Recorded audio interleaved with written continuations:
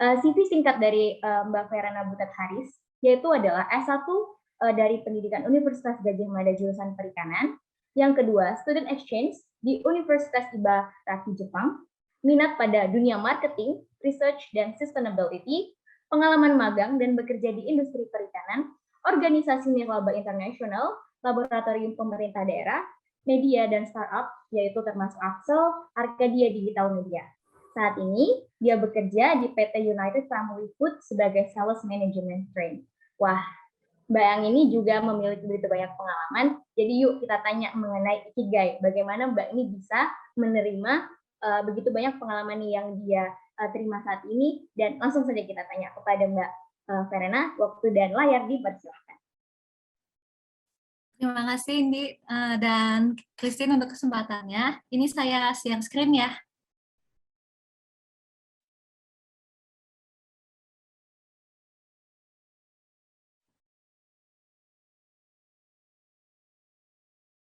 Sudah terlihat semua ya untuk slide-nya? Sudah. Oke, selamat pagi semuanya. Saya Verena dan hari ini saya akan menceritakan tentang perjalanan Ikigai saya. Tadi kan sudah diperkenalkan ya oleh Indi. Jadi saya Verena Butet Hanis, biasa dipanggil Verena. Saya dulu pemapan 2017, kuliahnya di Perikanan UGM. Ini yang foto paling kiri ini foto ketika retret pemapan ini di Bogor. Dan ketika kuliah, puji Tuhan saya dikasih kesempatan nih untuk exchange di Ibaraki University, Jepang.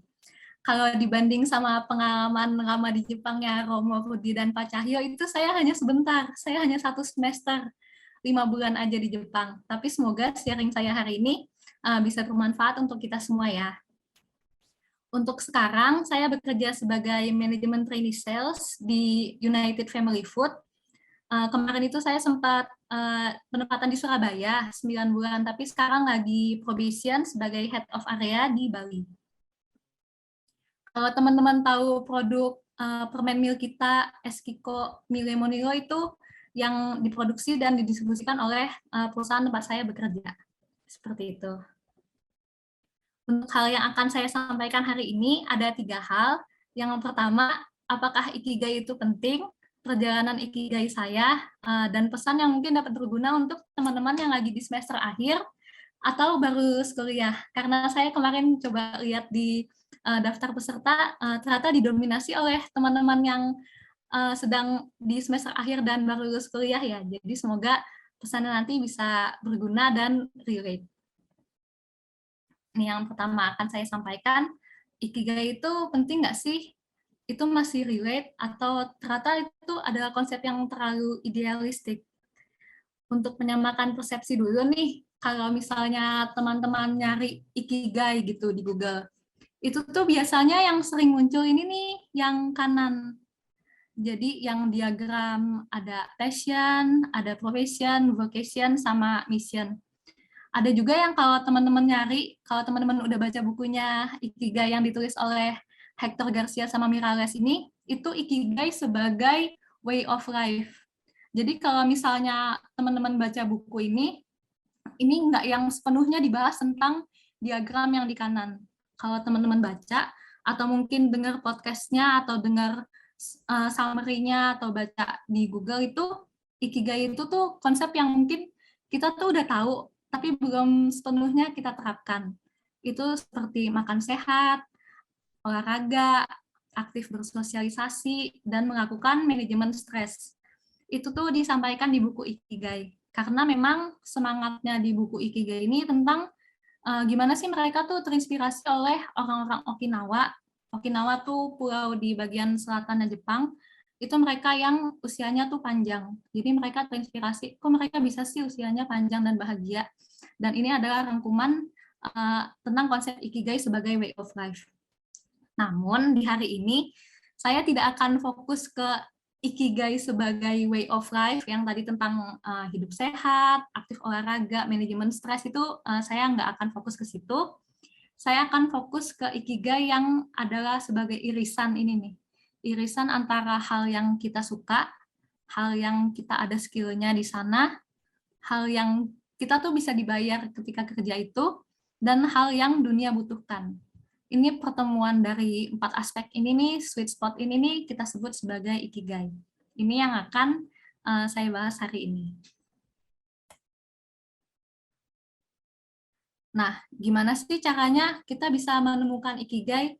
Kalau menurut saya jawabannya sederhana, walaupun penerapannya itu nggak sederhana sama sekali. Itu caranya dengan melakukan refleksi dan eksplorasi. Gimana caranya kita tahu apa yang kita suka, apa yang kita berskill di sana tuh, kita cari taunya tuh dengan coba refleksi. Selama ini udah ikut kegiatan apa aja, terus selama jalanin itu tuh enjoy nggak sih? Itu tuh bisa dilakukan dengan kita take time dengan diri sendiri, coba direnungin, apa sih sukanya, apa sih yang kita bagus di sana, apa sih yang dunia butuhin, dan itu tuh kita ada kemampuannya ke sana, itu tuh dengan refleksi. Di sisi lain tuh juga eksplorasi, nggak bisa kita pasif aja mikir, tapi kita juga coba aktif. Kalau dulu saya pas zaman kuliah ya, itu saya ikut berbagai macam kegiatan. Puji Tuhan bisa dikasih kesempatan seperti itu. Jadi kalau tadi di awal tuh disebut CV saya interested in marketing sustainability, itu kan kayak konsep yang sangat, bukan sangat sih, konsep yang berbeda ya. Kan kalau marketing itu lebih ke arah bisnis, sustainability itu ya ada konsep bisnisnya juga, tapi kan lebih ke arah yang keberlanjutan baik secara masyarakat maupun lingkungan. Itu kan konsep yang berbeda, tapi bisa kita tertarik ke sana ketika kita eksplorasi, ketika kita ikut kegiatan. Nah, skenario yang pertama ini saya ngomongin tentang what if. Gimana kalau ketemunya tuh cuma 1 atau 2 atau 3. Jadi nggak yang langsung di titik ikigai ini nih. Nah, teman-teman sekarang kalau yang online dari laptop, boleh dong sharing kalian udah ketemunya di aspek mananya.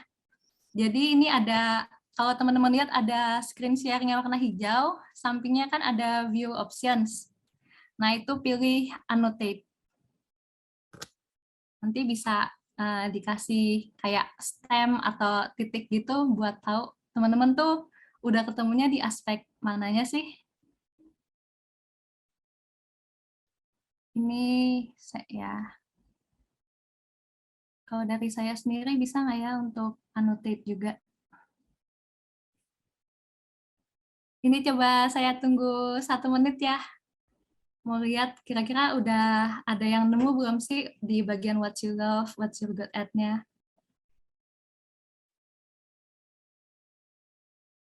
Untuk Christine dan Indi, ini bisa annotate nggak kalau sebagai peserta? Sorry Kak, di aku belum bisa sih Kak. Sama Kak, di aku juga belum bisa. Oh, dimatiin gitu. Ya udah nggak apa-apa.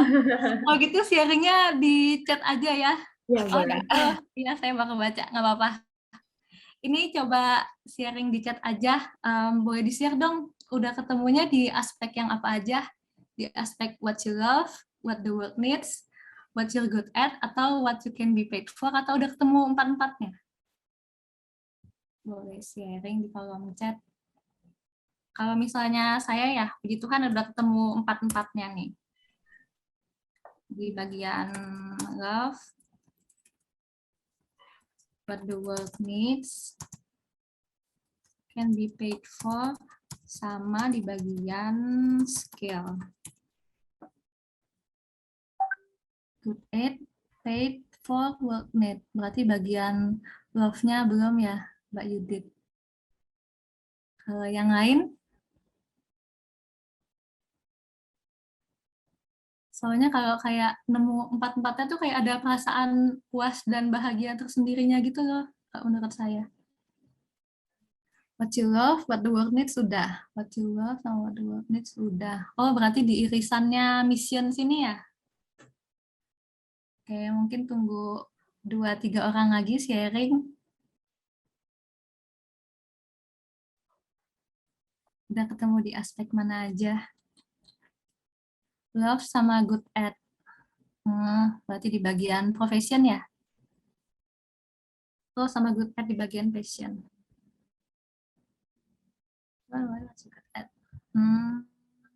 Ya, ya, ya. Ini kebanyakan beberapa tuh kayak saya deh pas awal-awal tuh. Jadi kayak what you love, what the world needs, sama what you're good at. Tapi di bagian yang what you can be paid for-nya malah nggak beririsan gitu. Oke. Love sama good at. Oke, terima kasih Vita. Terima kasih ya semuanya yang udah sharing. Jadi saya nemu bayangan nih, kira-kira dari pesertanya hari ini tuh udah nemu di aspek mana aja. Nah, tadi untuk yang udah ketemu, itu tuh terus gimana sih? Emangnya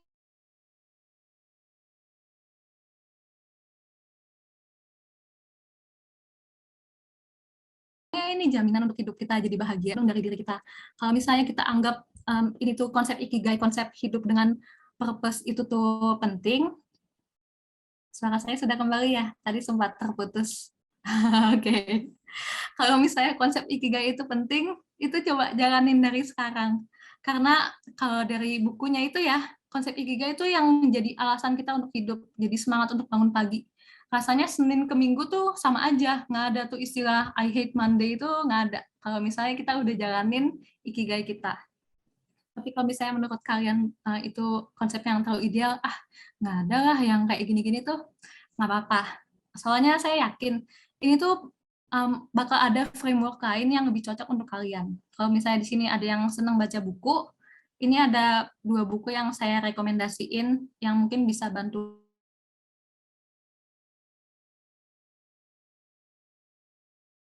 kalian untuk mencapai ikigai of life. Yang pertama tuh bukunya Seven Habits. Nanti kalian coba cek, terutama di bab keduanya, itu ada Begin with the End in Mind. Itu ada pertanyaan-pertanyaan refleksi yang ketika kalian jawab, kalian benar-benar refleksiin, itu nanti bisa ketemu apa sih yang kalian inginkan, apa sih purpose kalian gitu. Dan yang kedua itu The Alchemist.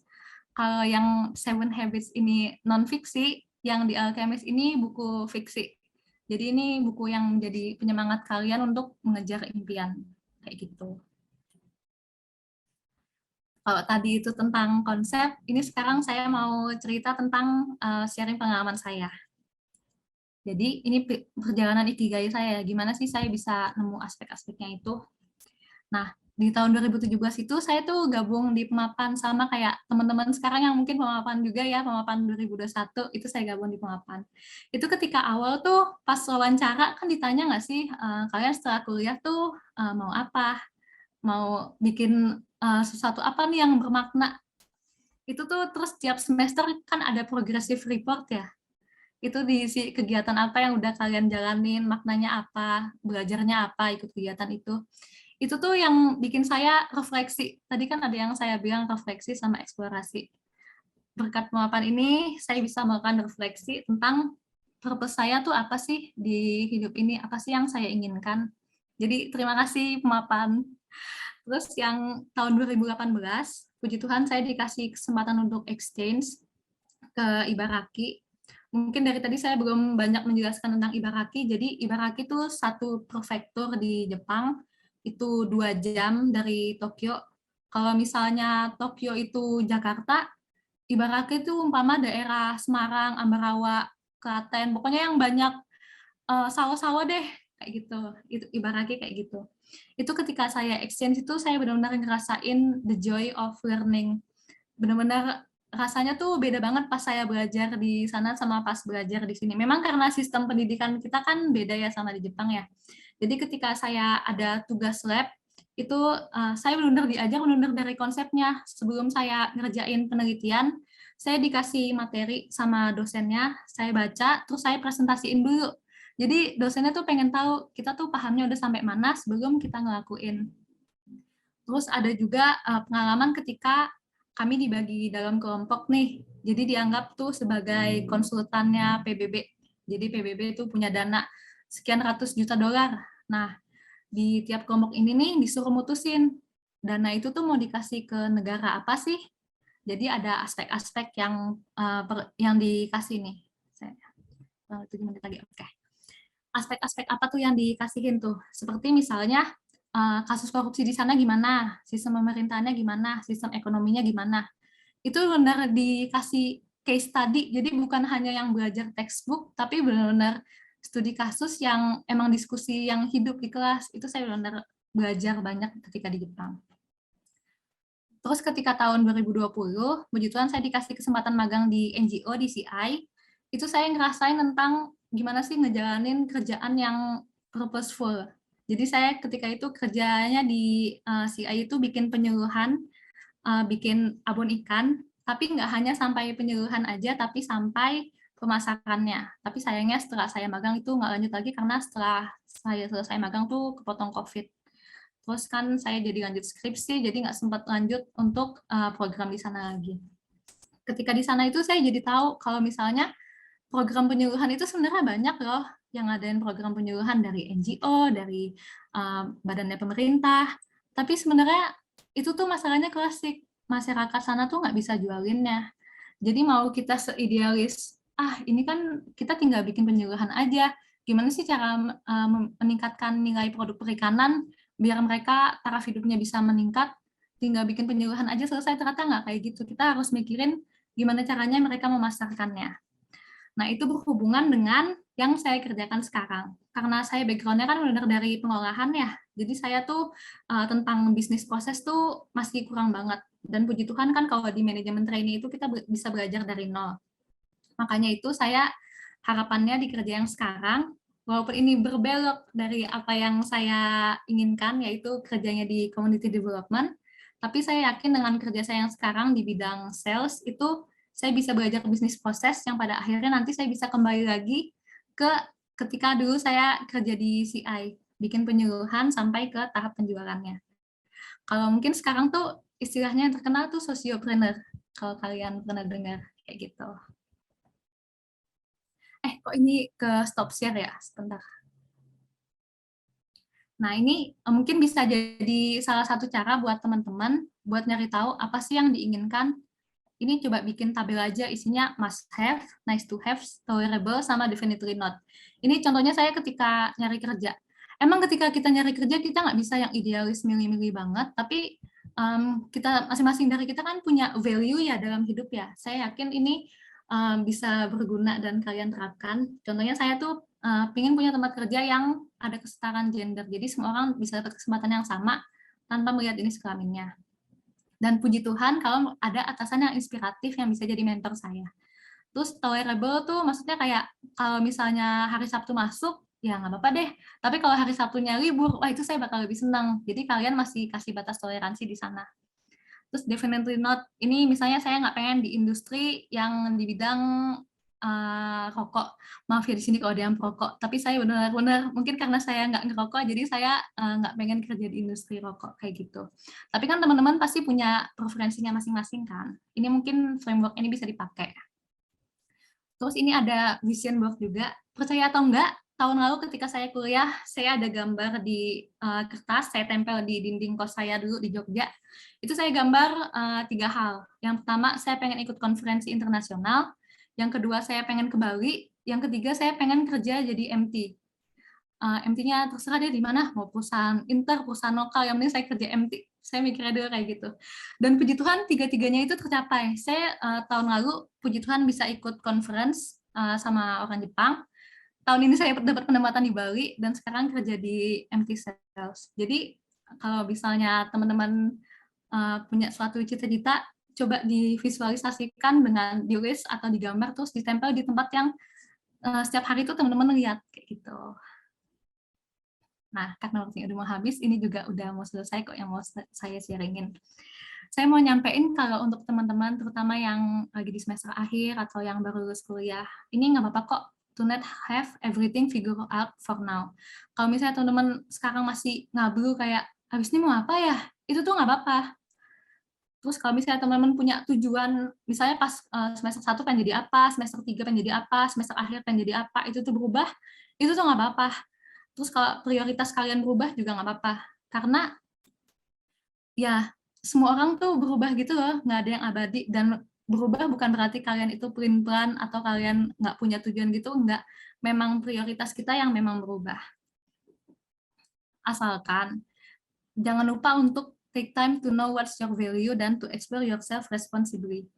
Karena ini benar-benar pas masih muda itu kayak masih jatah buat kegagalannya tuh masih ada gitu.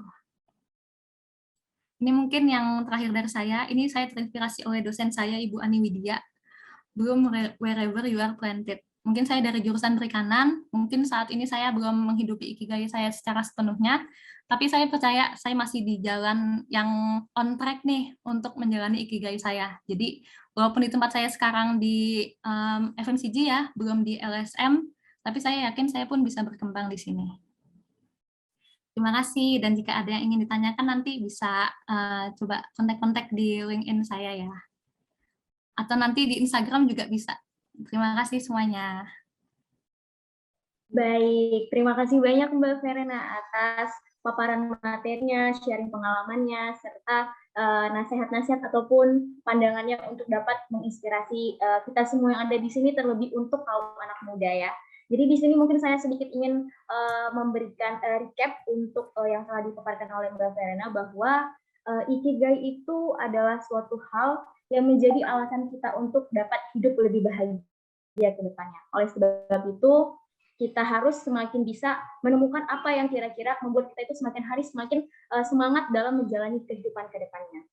Jadi kita juga harus mencari tahu ikigai kita, dan ada tadi yang kayak penjelasan yang Mbak berikan itu, harus mengetahui apa yang menjadi kelebihan kita, apa yang menjadi apa yang kira-kira kita miliki yang bisa kita berikan kepada dunia. Terus kita juga harus memiliki kira-kira apa yang kita cintai. Dan yang terakhir adalah apakah saya bisa mendapatkan penghasilan dari apa yang telah saya lakukan.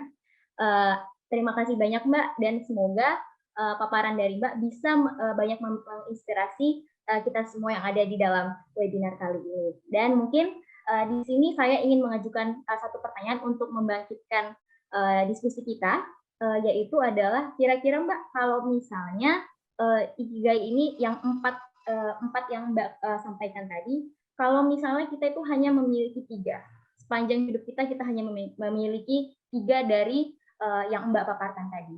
Bagaimana perasaan kita Mbak? Apakah kita dan tidak bahagia? Terima kasih. Ini dijawabnya sekarang atau pas yang di akhir ya? Sekarang aja Mbak. Oh, sekarang aja, oke.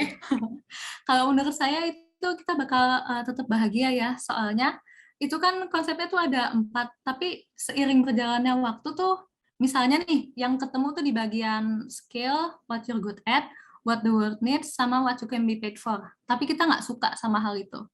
Pernah dengar nggak istilah Jawa yang witing tresno jalaran seko kulino?